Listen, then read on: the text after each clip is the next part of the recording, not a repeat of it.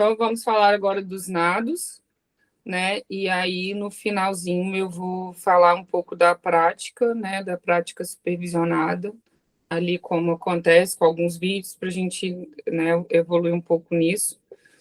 E aí, de novo, podem parar a hora que for, perguntar, tá? Bom, nado crawl, né? Geralmente é o primeiro nado a ser ensinado, né? É o nado mais rápido devido ao movimento contínuo de braços e pernas. Não economiza energia, mas a utiliza de modo mais eficiente.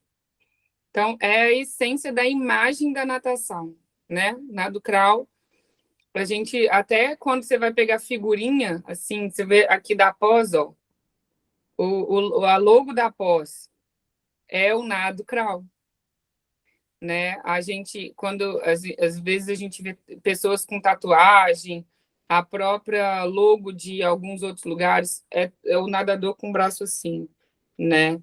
Porque é o nado universal, assim, que é o primeiro a ser ensinado e que quando às vezes a gente fala assim, você sabe nadar? As pessoas falam assim, eu nado aquele assim, eu sei. Então, o crawl é o nado mais rápido, né? Lembrando que nas competições ele é chamado de livre, mas na verdade não é o nado crawl que é chamado de livre. Segundo a regra, você pode fazer qualquer nado no lugar do crawl, né? Mas as pessoas fazem o crawl porque é o nado mais rápido.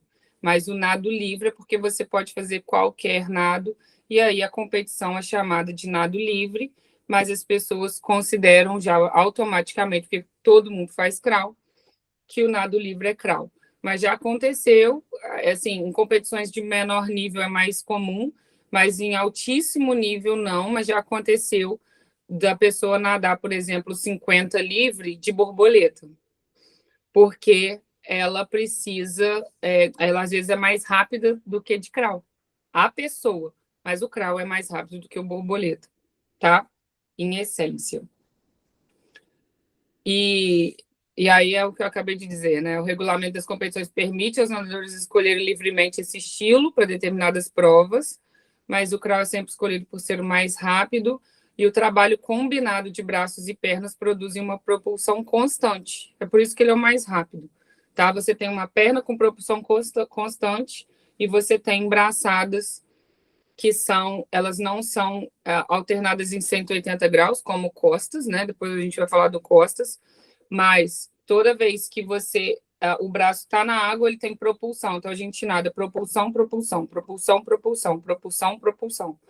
Então é um nado que sempre tem uma propulsão constante. O peito, por exemplo, não é assim, tá?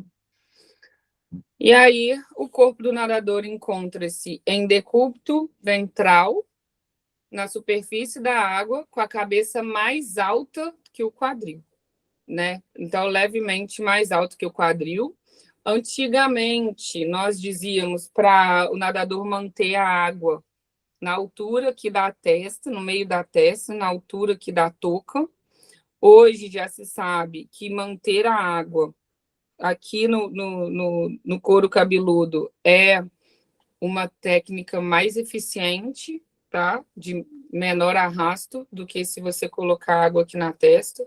Então, há uma tendência de diminuição dessa altura para que o nadador fique numa posição mais horizontal possível. Renato, quer falar? Então, essa água na altura da testa, ela não era muito falada no nado peito? No nado crawl, quando eu fiz estágio, falavam muito no nado peito. Sim, o nado peito, é porque o nado peito, a gente não... a cabeça do nadador precisa afundar. Isso está na regra, né? Mas no crawl, as pessoas falavam para o nadador olhar para a diagonal para o fundo e manter a água aqui. E hoje já se sabe que ele tem que olhar para baixo e manter a água aqui. Isso é uma evolução, sabe? Às vezes, aonde você aprendeu, né, já não usavam isso. Uma coisa, por exemplo, que quando eu era criança tinha, e que professores mais antigos que trabalham comigo chegaram a ensinar assim, e que hoje teve uma mudança grande também, é aquela braçada em S. Né? Ah, sim. As pessoas ensinavam que você entrava e abria, depois fechava. Hoje já se sabe que com o movimento do corpo, o braço até faz essa trajetória, mas ela não é uma trajetória que você faz programado. Né? Então, Só uma colocação. Exatamente, pelo movimento de Não, só uma rotação. Eu vou falar. colocação que eu vou fazer. Até para a questão da saúde da coluna, o ideal é que olhe para baixo mesmo, né? Exato, exato. E aí as pessoas ensinavam a olhar diagonal fundo e acabava tendo uma posição mais assim.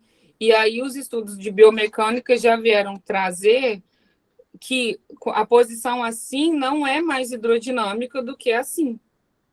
E aí hoje a gente pede para os alunos olharem para baixo, né? Então é a técnica do crawl, apesar de que a cabeça ela vai estar sempre um pouquinho mais alta do que o quadril, né? Até por uma questão biomecânica mesmo nossa.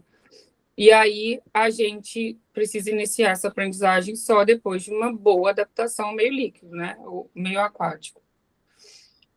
E aí, vamos lá, vou passar rapidamente, mas é para a gente. Essas discussões aqui são legais, né? Da gente fazer igual a Renata, então, quem quiser ficar à vontade para a gente falar. A posição ideal do corpo nesse estilo será aquela que permita ao nadador efetuar maiores forças propulsivas e diminuir as forças de resistência. Né? Então, uma posição mais hidrodinâmica possível. E aí, para cumprir essas duas características, o aluno deve efetuar o rolamento, né? Que é um dos fundamentos do crawl. Um giro sobre o eixo longitudinal, devido à alternância do movimento dos braços, o que vai permitir a respiração lateral. Então, o rolamento ele faz com que o nadador consiga maior profundidade, e aí a gente vai ter foto aqui, peraí, que eu passo, lá. A gente vai ter uma maior profundidade da mão do nadador em relação ao nadador, por exemplo, que não faz o rolamento. A gente tem uma naturalidade no movimento do ombro, enquanto esse aqui força muito o ombro, tá vendo? Isso aqui acaba sendo problemas de lesão. E a cabeça é muito mais difícil para esse nadador respirar, né? Esse nadador aqui da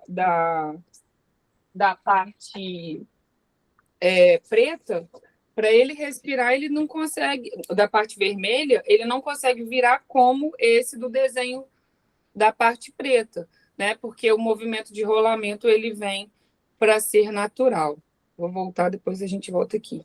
Então, olha só, corpo estendido, né? Posição do corpo. Posição horizontal e decúbito ventral, barriga virada para baixo. Tronco inclinado e os ombros ligeiramente mais elevados do que o quadril, ligeiramente, né? Então, a gente tem esse alinhamento horizontal, mas a gente também precisa ter esse alinhamento vertical. Eu trouxe uma foto do Costas, porque isso aqui é um nadador nadando costas, tá? Porque para mostrar o que seria esse alinhamento vertical, tá? Mas não é porque eu não consegui nenhuma foto de um nadador de baixo para cima. Mas aqui seria a mão alinhada, tá vendo? Em cima da cabeça aqui, que se você traçar uma linha aqui, ó, vai até o pé. Esse é o alinhamento que a gente quer também no crawl. Então, essa fotinha aqui, ó, tá vendo?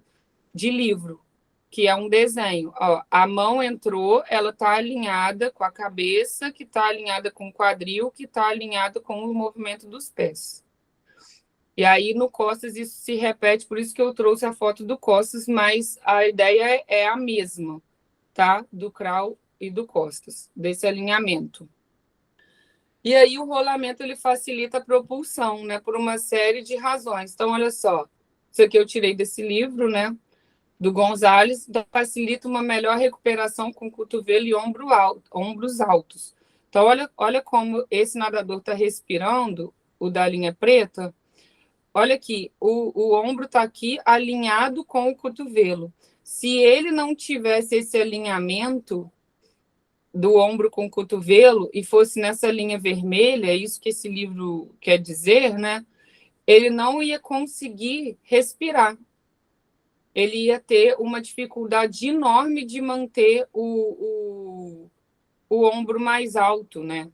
E aí ele precisa desse alinhamento até para ser um momento de recuperação bastante confortável. Quanto mais força o nadador faz para respirar, pior é a mecânica, né? E a respiração ela precisa ser natural. E para ajudar nesse movimento, o que acontece com a mão aqui embaixo? Ela está esticada, né, com o apoio.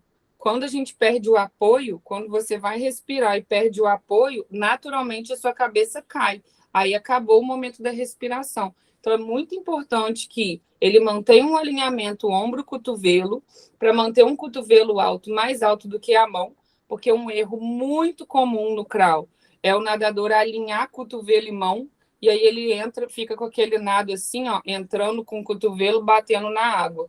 Ele não tem propulsão, porque não tem apoio na entrada da água. E a outra mão precisa estar ali para apoiar, para ele respirar. Se ele não mantiver esse alinhamento, ele não consegue fazer esse movimento. E aí aquela foto, né, permite uma tração mais profunda e eficaz, né? Então o rolamento você consegue, ó, que o cotovelo vá mais fundo e com isso você consegue essa área toda aqui de tração. Esse aqui está com uma área mais curta de tração. E a recuperação, aquilo que eu disse, ó, o cotovelo vai ficando mais baixo, até às vezes diminuir em relação à entrada da mão. E facilita a respiração. Então, é aqui, né? A linha preta, ela mostra um bom alinhamento, né, do corpo pelo rolamento, né, que facilita a saída da cabeça. E aí, se ele não tivesse esse bom rolamento, a cabeça não sairia tanto, como mostra a linha vermelha, tá? E aí dificulta a respiração. E se dificulta a respiração, dificulta a manutenção da capacidade aeróbica, né? E aí você não consegue, é aquele nadador que nada sempre em apneia e quando chega na borda tá morrendo porque ele não respira bem. Além de tudo, né, o rolamento diminui a resistência do corpo em 60%. Né? Então, quando você faz isso aqui, seu corpo está nessa posição aqui, e aí quando você pega, ó, é muito menos água que você arrasta do que manter o seu corpo só aqui arrastando água. Então, olha aqui a setinha da área de resistência, né? E a setinha da área de resistência quando você não rola.